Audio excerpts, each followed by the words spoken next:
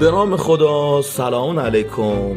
یه سلام گرم به همه همراهان و یاران همیشگی و شنوندگان جان رادیو مرسی. حالا احوالتون چطوره؟ از امروز یک گام جدید قرار هست تو زندگیامون برداریم و وارد یک مرحله‌ای بشیم که ما اسمش را گذاشتیم 365 پله تا شکوه و قرار هست تو این دوره مطالب بسیار ارزشمندی خدمت شما تقدیم کنیم. این برنامه به همت دوستان عزیزم در رادیو مرسی تهیه و آماده شده به نویسندگی مربی رشد فردی جناب فرهاد امیری و بنده محمد غریب‌نیا که خدمت شما ارائه میدم.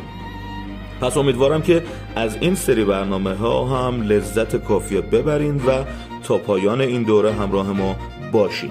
امروز میخوایم در پله و گام اول در مورد توقف صحبت کنیم. پس ما را تا پایان برنامه و در پله اول از 365 پله تا شکوه همراهی بفرمایید.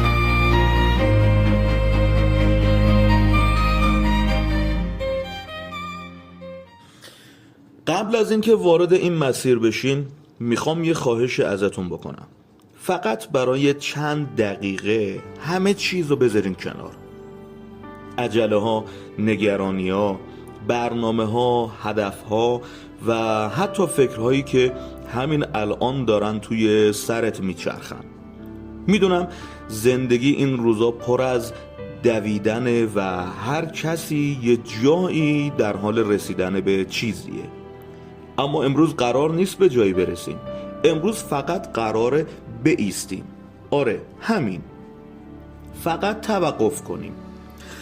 شاید عجیب به نظر برسه، اما خیلی وقتها بزرگترین حرکت زندگی از یک توقف ساده شروع میشه.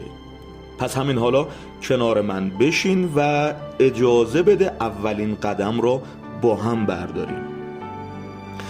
ببین، بیشتر آدم‌ها فکر میکنن برای تغییر زندگی باید سریعتر حرکت کنن.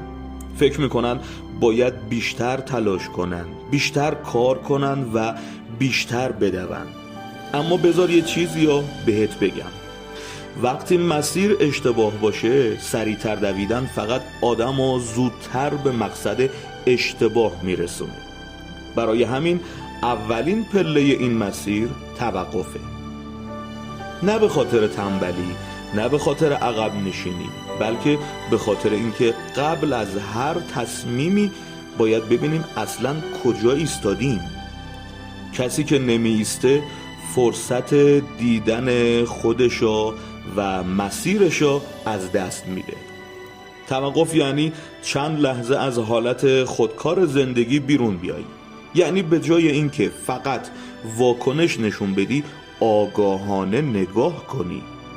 خیلی از ماها صبح بیدار میشیم، کارهامون رو انجام میدیم، با آدمها حرف میزنیم، میخندیم، ناراحت میشیم و شب میخوابیم بدون اینکه حتی یک بار از خودمون بپرسیم واقعا دارم چی کار میکنم. توقف یعنی همین سوال ساده رو از خودت بپرسی. یعنی برای چند دقیقه از جریان تند زندگی فاصله بگیر و به خود زندگی نگاه کنی.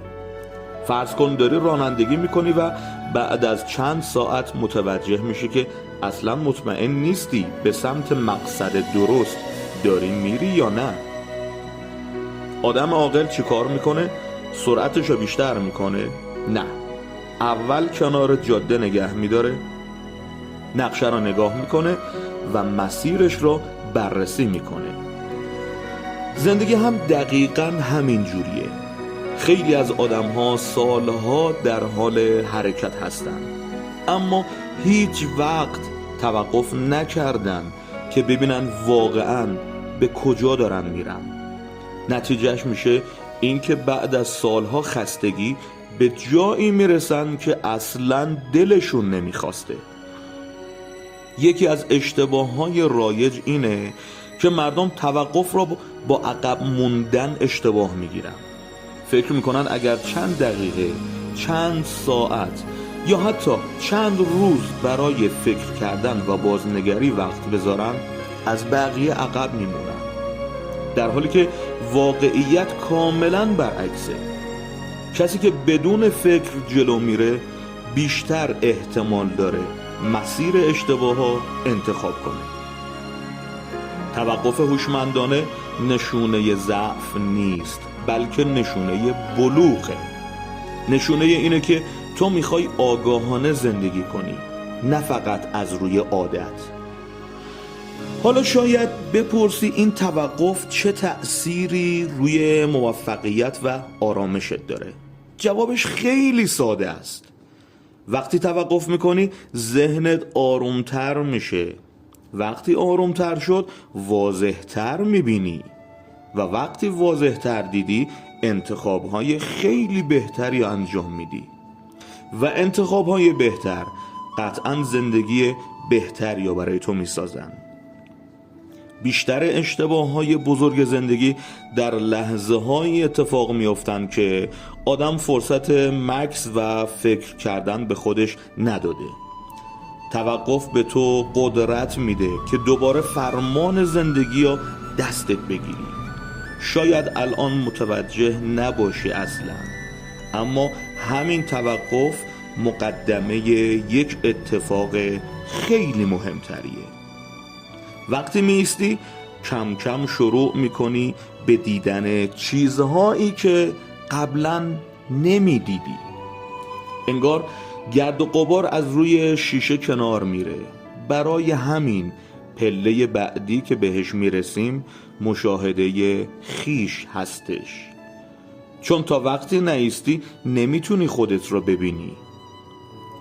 آدمی که مدام در حال دویدنه فرصت تماشای خودش رو هم نداره. پس از همین حالا ذهنتو برای یک دیدار مهم آماده کن.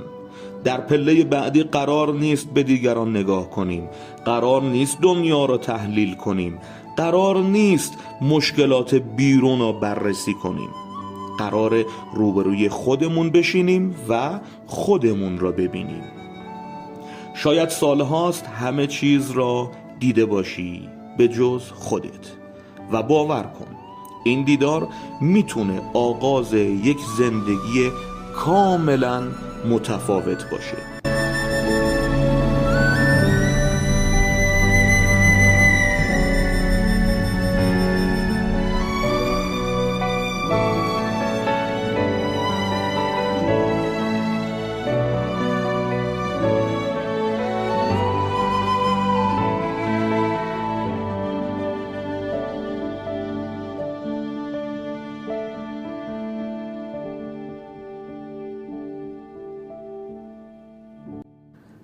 تمرین امروز خیلی ساده است. فقط 15 دقیقه برای خودت کنار بذار، بدون گوشی، بدون تلویزیون، بدون موسیقی و حتی بدون هیچ حواس پرتی. فقط بشین و سکوت کن. لازم نیست اصلا کاری انجام بدی. فقط نفس عمیق بکش و به زندگی خودت فکر کن. از خودت بپرس الان دقیقاً کجای این زندگی هستم؟ هیچ جوابی را قضاوت نکن. فقط اجازه بده هر چیزی که هست خودش را نشون بده. دوست من، اگر امروز فقط همین یک کار را انجام بدی، اولین قدم واقعی این سفر را برداشتی. شاید از بیرون اتفاق خاصی نیفتاده باشه، اما درون تو چیزی شروع شده. امروز ندویدی، نجنگیدی و چیزی رو ثابت نکردی، فقط و فقط ایستادی.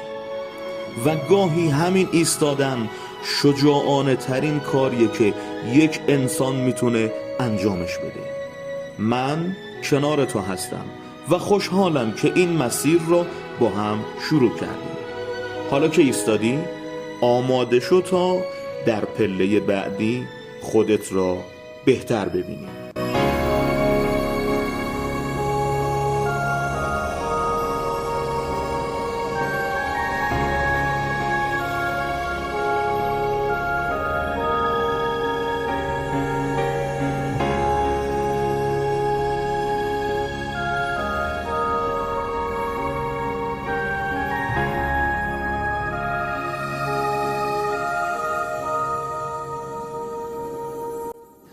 خیلی متشکرم که امروز همراه برنامه ما بودید و اولین قسمت از برنامه 365 پله تا شکوه را شنیدید و ما را همراهی کردید. منتظر پله های بعدی برنامه ما باشید. اگر این مطالب، اگر به شکوه عالی زندگیتون میخواید برسید و این مطالب براتون مهم و خیلی مفید بوده، حتما برنامه‌های بعدی ما را هم دنبال کنید. این برنامه را برای دوستان خودتون در گروه‌ها و کانال‌های دیگه هم ارسال بفرمایید و تا برنامه بعدی همتون را به خدای مهربون میسپارم. تا شکوهی عالی در زندگی، بدرود و 200 بدرود.